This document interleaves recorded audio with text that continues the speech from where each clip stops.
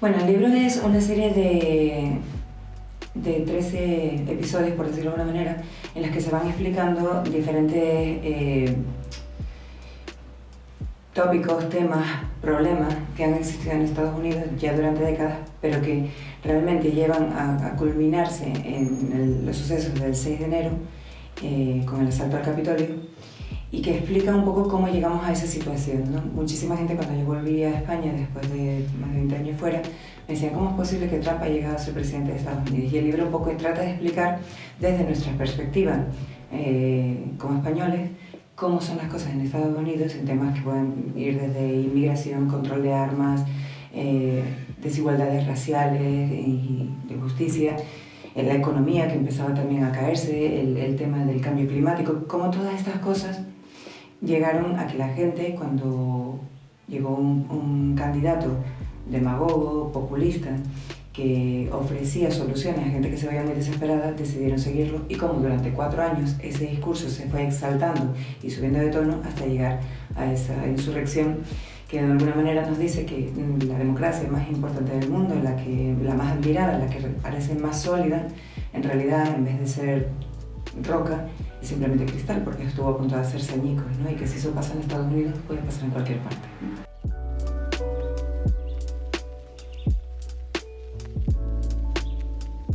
Sí, bueno, yo creo que realmente estamos viendo que el mundo hasta cierto punto funciona con ciclos, y cada vez que hay etapas en las que pasamos, por ejemplo ahora con la pandemia, que están exacerbados los problemas económicos en muchos lugares, pues la gente empieza a desesperarse, a sentirse cada vez más angustiada y un poco también más agresiva en muchos sentidos, ¿no?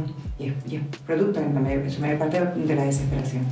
Entonces en Estados Unidos, por ejemplo, el presidente Biden lo dijo hace apenas unas semanas, que la democracia está en peligro todavía, que ya pasó lo del 6 de enero, pero que todavía no estamos fuera de peligro porque siguen las campañas de desinformación.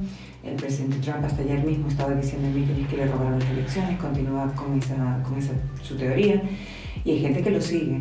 Y hemos visto una tendencia tanto a nivel de cultura popular como política de lo que sucede en Estados Unidos.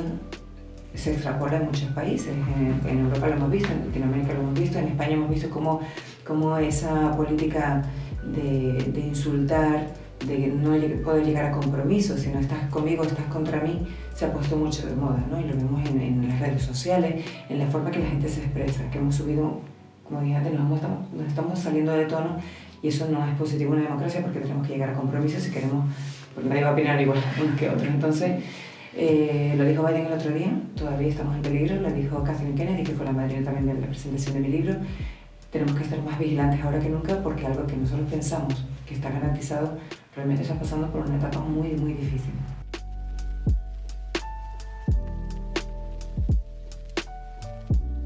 Yo creo que sí se veía venir.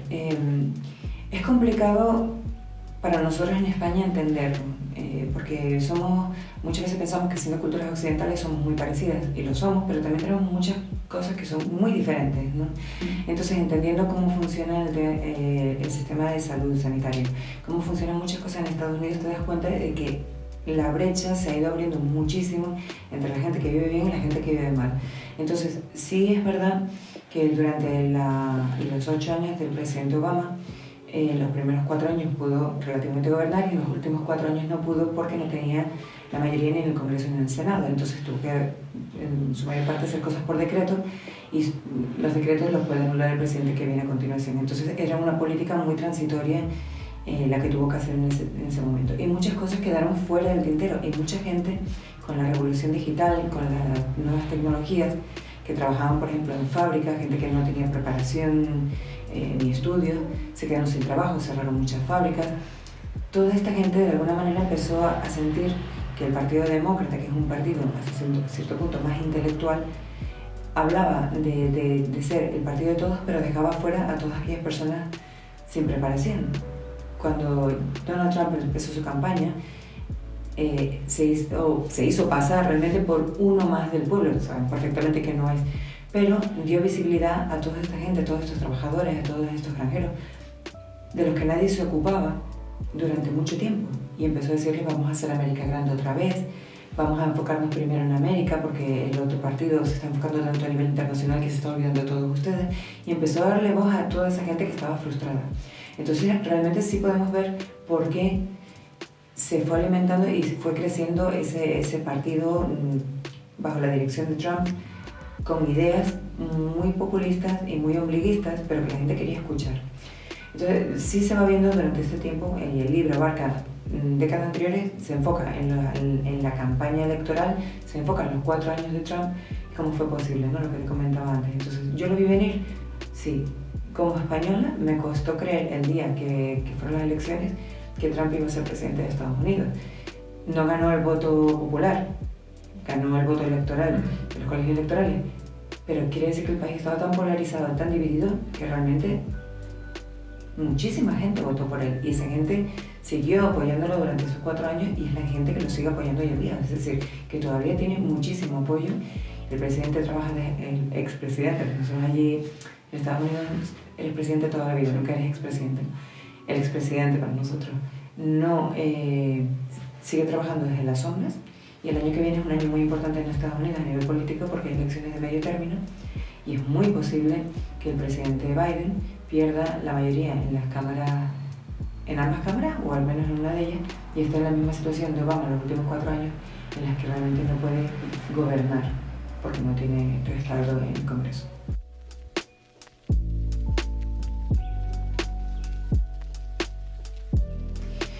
Yo creo que fue a partir de lo ocurrido en el Capitolio, ¿no? Ese 6 de enero. Yo recuerdo hablar con gente la semana anterior y dije, ojo, el 6 de enero va a pasar algo grave en el Capitolio de Estados Unidos, porque sintiendo el pulso de la gente, hablando con muchísima gente, tengo muchas conexiones en todos los niveles en Estados Unidos, desde personas que han estado encarceladas por inmigración a personas que están en posiciones políticas locales importantes y a nivel federal también.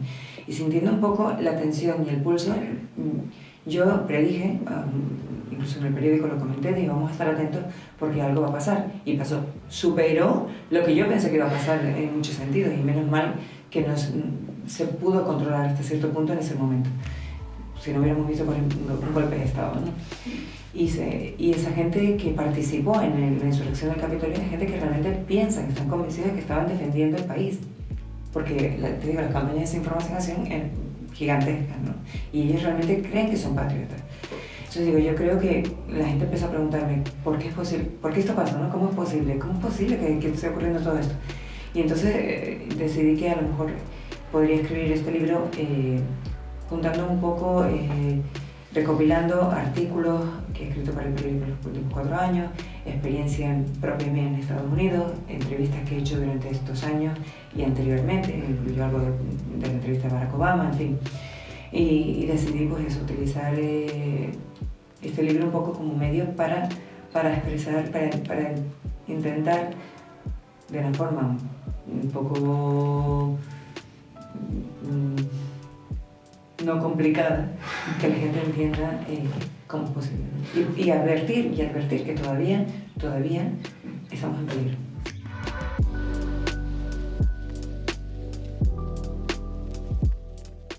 Sí, es una muy buena pregunta. De hecho, la editorial me dijo al principio, ¿crees que lo hagamos en español o en inglés?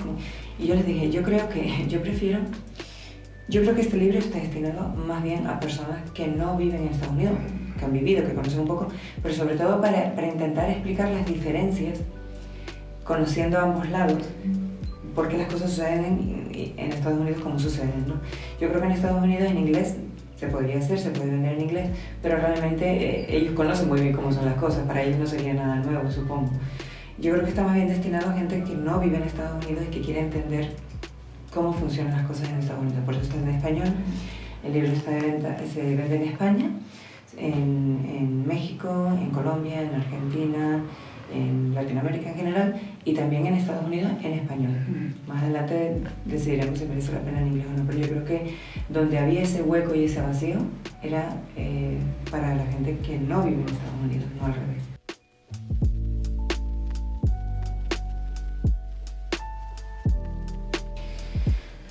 Todavía queda muchísimo camino por recorrer, y la historia de Estados Unidos es una historia muy reciente. Estamos hablando nada más que desde 1776, vamos, estamos hablando de un par de siglos, realmente 3 o 4 siglos nada más. Y la esclavitud se abolió no hace tanto, estamos hablando de los 1800 y pico. Entonces, la segregación, estamos ya a mediados del siglo XX y todavía hay segregación. O sea, realmente los problemas raciales en Estados Unidos siguen siendo importantes porque son bastante recientes. Ahora mismo se acaba, este mismo mes de junio, por fin se proclamó como festividad nacional, día feriado, lo que se llama Juneteenth, que es el 19 de junio. Ya se celebraba en las minorías, entre minorías, pero no se celebraba a nivel federal. Es el día que se celebra la abolición de la esclavitud en Estados Unidos. Algo que nosotros pensamos que cuando se sometió a votación al Congreso, por unanimidad la gente votaría a favor de tener ese día como festividad nacional, hubo muchos republicanos que votaron en contra. Y estamos hablando del siglo XXI, de junio de este mismo año, 2021. Queda muchísimo camino por recorrer. El tema de las injusticias raciales sigue siendo muy fuerte y muy importante en Estados Unidos y en el resto del mundo, porque el racismo sigue estando ahí, lo vemos con el tema de la inmigración. En Estados Unidos, durante la época Trump, se permitió, de alguna manera, de forma muy poco equilibrada, que hubiera inmigración de países donde la población es blanca y mucho más complicada para países donde la inmigración es de color, por el mismo motivo, ¿no? por el tema de racismo. Y el tema de las oportunidades, que no tienen muchas veces las mismas oportunidades las comunidades de color que las comunidades blancas en Estados Unidos.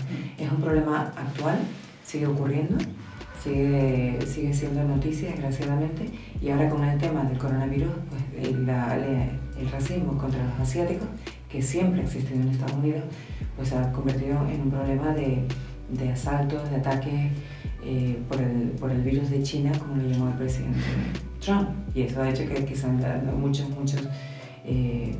crímenes últimamente raciales contra los asiáticos. Es decir, es un problema que sigue ahí y que sigue latente, pero que por lo menos es un primer paso el tener a una vicepresidenta del país que es de color, y tener también que se haya aprobado, que se haya por lo menos sometido ya a votación y se haya aprobado algo tan lógico en Estados Unidos como es celebrar la abolición de la esclavitud en un país que está todavía sangrando por ese tema.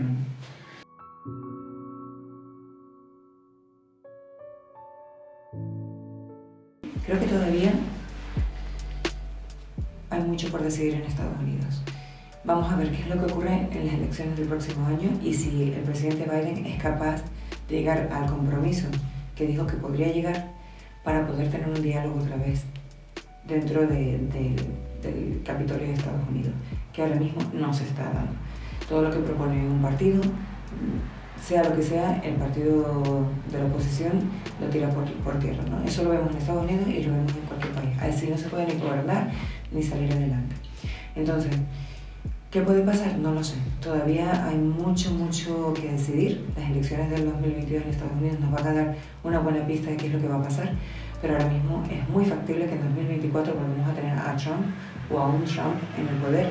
Y la tendencia estadounidense es una tendencia que siguen muchísimos partidos en el mundo. Entonces, es un momento difícil de inflexión y en el que todos tenemos un papel importante, que es el de ir a votar y el de estar informados, y podemos decidir qué es lo que pasa con el resto del mundo. Pero yo creo que la clave es que todos bajemos un poco el tono, que nos calmemos un poquito, que podamos llegar a compromisos sociales importantes para poder conservar una democracia.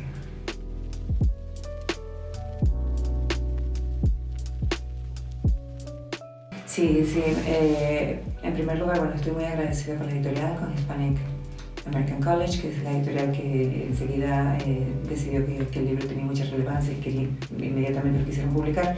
La presentación en Madrid se hizo el 11 de junio y la madrina de honor de la presentación fue Kathleen Kennedy, y se hizo en la Universidad Juan Carlos I, allí en Madrid, me parece el 11 de junio, y fue un éxito de asistencia. Y la idea es hacer una presentación también en Tenerife, ahora después del verano. También vendrá uno de los personajes del libro, una de las personas entrevistadas viene de Washington para hacer la presentación, y luego también hacemos una presentación en Nueva York en noviembre.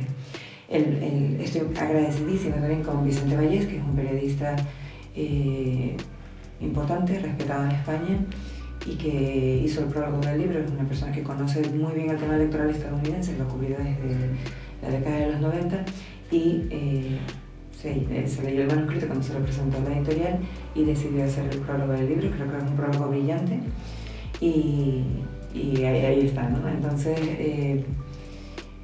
él dice en su prólogo que es un libro ágil y relevante. Espero que la gente cuando lo lea también lo considere de esa manera. El libro se puede conseguir en librerías y también se puede pedir por Amazon, entre otras plataformas. Y bueno, espero que les guste.